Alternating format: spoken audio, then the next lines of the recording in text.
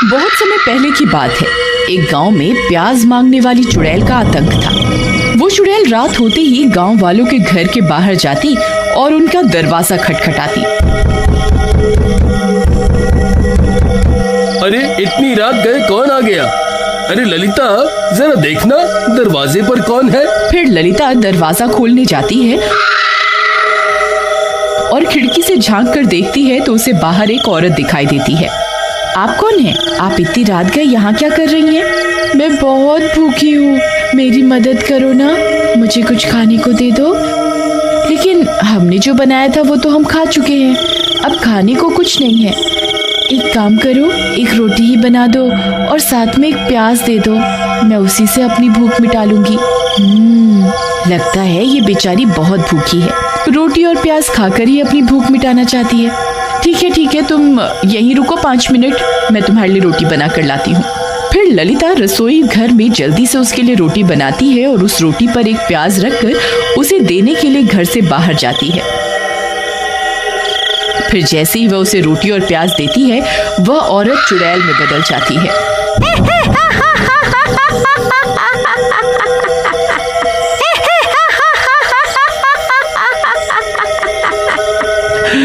ये रोटी और प्याज तो सिर्फ बहाना था, मुझे तो तुझे इस घर से बाहर निकालना था।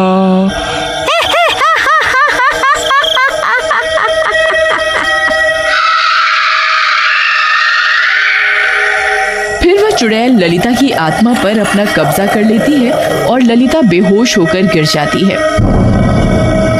फिर इसी तरह वो चुड़ैल रोज रात होते ही गांव में आती और किसी न किसी का दरवाजा खटखटाकर उससे रोटी और प्याज मांगती। फिर जैसे ही कोई उसे रोटी और प्याज देने के लिए दरवाजा खोलता, वह उसकी आत्मा को उसके शरीर से खींच लेती और वहां से भाग जाती। फिर गांव की बहुत सी औरतें अपनी सुध बुध खो बैठी थीं। वो अब जिंदा लाश में बदल चुकी थी। रात होते ही वह चुड़ैल जंगल में बैठे बैठे उन औरतों को अपने वश में करने लगी थी। एक दिन ललिता सोते सोते उठ जाती है और खंजर से रमेश पर हमला कर देती है। अरे नास बेटी, ये क्या कर रही है? मुझे जान से मारना चाहती है क्या? मैं अपनी मालकिन का काम कर रही हूँ, वो मुझे जो भी आदेश देंगी मैं उसे जरूर पूरा करूंगी। फिर रमेश उसे कुर्सी से बांध देता है और किसी तरह पूरी रात गुजारता है। फिर अगला दिन होने पर, मुखिया जी, मेरी पत्नी की आत्मा पर उस चुड़ैल ने अपना कब्जा कर लिया है। अब वो उस चुड़ैल के इशारों पर काम कर रही है। कल रात उसने मेरे ऊपर खंजर से हमला कर दिया, वो तो मैं किसी तरह बच गया। अब हमें उस चुड़ैल का कुछ ना कुछ तो करना ही होगा। तुम सही कहते हो, आज आने दो उस चुड़ैल को, उसे मजा चखा करके ही रहेंगे। रात होने पर वो चुड़ैल फिर से गांव में आ जाती है।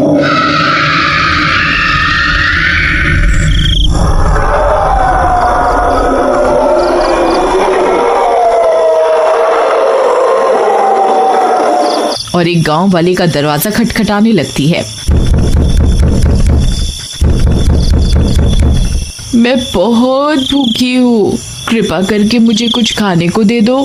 शिवा पहचान जाता है कि वो औरत चुड़ैल है। वह पहले से ही औरत का भेष बदल कर बैठा होता है। फिर शिवा उसके लिए रोटी और एक प्याज लेकर बाहर जाता है।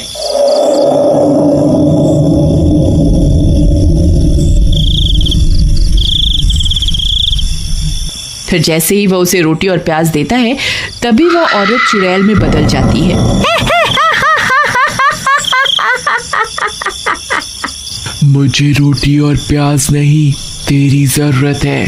अब मैं तेरी आत्मा पर अपना कब्जा करूंगी, फिर मैं इतनी शक्तिशाली हो जाऊंगी कि पूरी दुनिया की कोई भी ताकत मेरा कुछ नहीं बिगाड़ पाएगी। फिर वह चुड़ैल शिवा की आंखों में आंखें डालकर उसकी आत्मा को खींचने की कोशिश करने लगती है, लेकिन शिवा पर उस चुड़ैल का कोई असर नहीं होता। अरे ये क्या, मैं तेरी आत्मा को अपने वश में क्यों नहीं कर पा रही? ऐसा कैसे हो सकता है? क्योंकि मैं औरत नहीं, मर्द हूँ। तेरा यह काला जादू मुझ पर काम नहीं करेगा। तभी शिवा सभी गांव वालों को भी वहां बुला लेता है। सब गांव वाले हाथों में मशाल लेकर वहां पहुंच जाते हैं।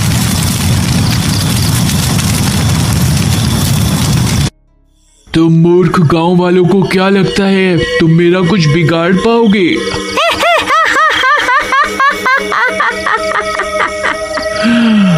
तुम मेरा कुछ नहीं बिगाड़ सकते।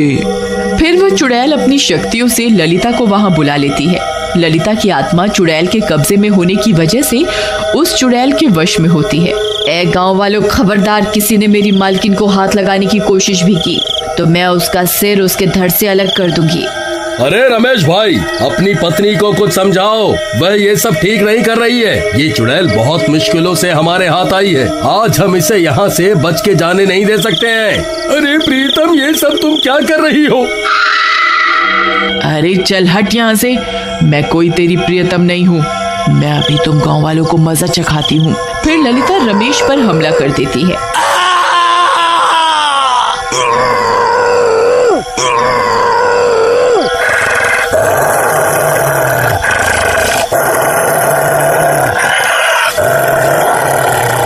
अरे मर गया रे! अरे कोई मुझे बचाओ, मेरी पत्नी तो पागल हो गई है। अरे कमबख्त, रुक जाओ, ये सब क्यों कर रही है? मुझे कच्चा खाना चाहती है क्या? अरे गांव वालों, मेरी जान बचाओ, नहीं तो ये पागल औरत मुझे मार डालेगी।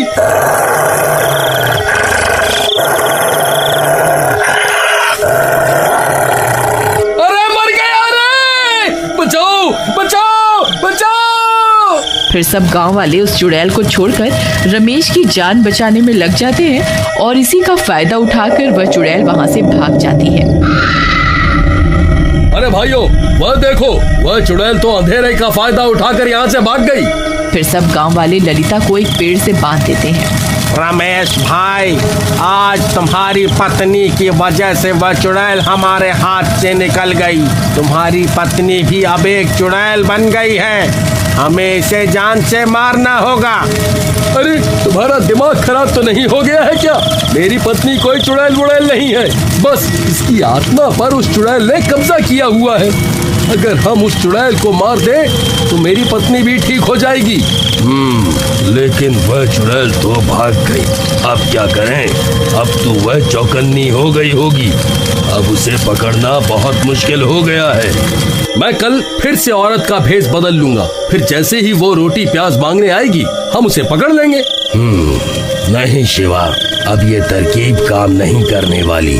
उस चुड़ैल को तुम्हारी असलियत के बारे में पता चल चुका है, हमें कोई और रास्ता निकालना होगा। जी, मैं आप सबकी मदद कर सकती हूँ।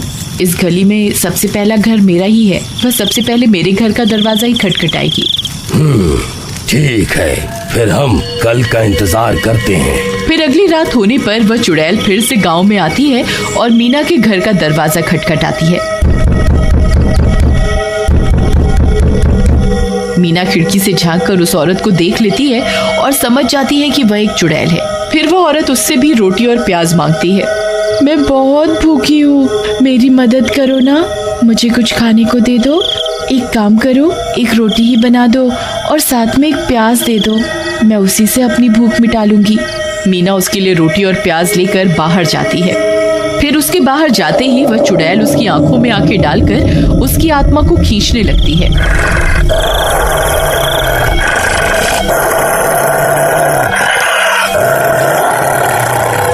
तभी शिवा एक आईना लेकर वहां पहुंच जाता है और उस आईने को मीना के मुंह के आगे कर देता है। फिर चुड़ैल खुद की आत्मा को ही उस शीशे में कैद कर देती है। अरे ये क्या, मैं इस शीशे में कैसे कैद हो गई? गांव वालों, तुमने मेरे साथ धोखा करके अच्छा नहीं किया। मुझे एक बार यहाँ से आजाद होने दो, फिर मैं किसी को जिंदा नहीं छोड़ूंगी। फिर सभी गांव वाले भी वहां पहुंच जाते हैं। शिवा भाई, तुमने बहुत बढ़िया काम किया। शिवा भैया, एक काम करिए, इस शीशे को तोड़ दीजिए। इस शीशे के टूटते ही चुड़ैल के भी टुकड़े टुकड़े हो जाएंगे। फिर शिवा उस शीशे को जमीन पर पटक कर तोड़ देता है और शीशे के साथ साथ चुड़ैल के भी टुकड़े टुकड़े हो जाते हैं। मर गई रे। फिर चुड़ैल के मरते ही वे दोनों औरतों की आत्मा भी आजाद हो जाती है और रमेश की पत्नी भी ठीक हो जाती है। तुम ठीक तो हो ना? तुम्हें कुछ हुआ तो नहीं ना? जी, मैं बिल्कुल ठीक हूँ। फिर इसी तरह उस प्याज मांगने वाली चुड़ैल से पूरे गांव को मुक्ति मिल जाती है। अगर आपको हमारी ये कहानी पसंद आई हो तो इस वीडियो को जरूर लाइक करें और ऐसी ही मज़ेदार और दिल छू लेने वाली कहानियाँ देखने के लिए AI स्टोरी वाला चैनल को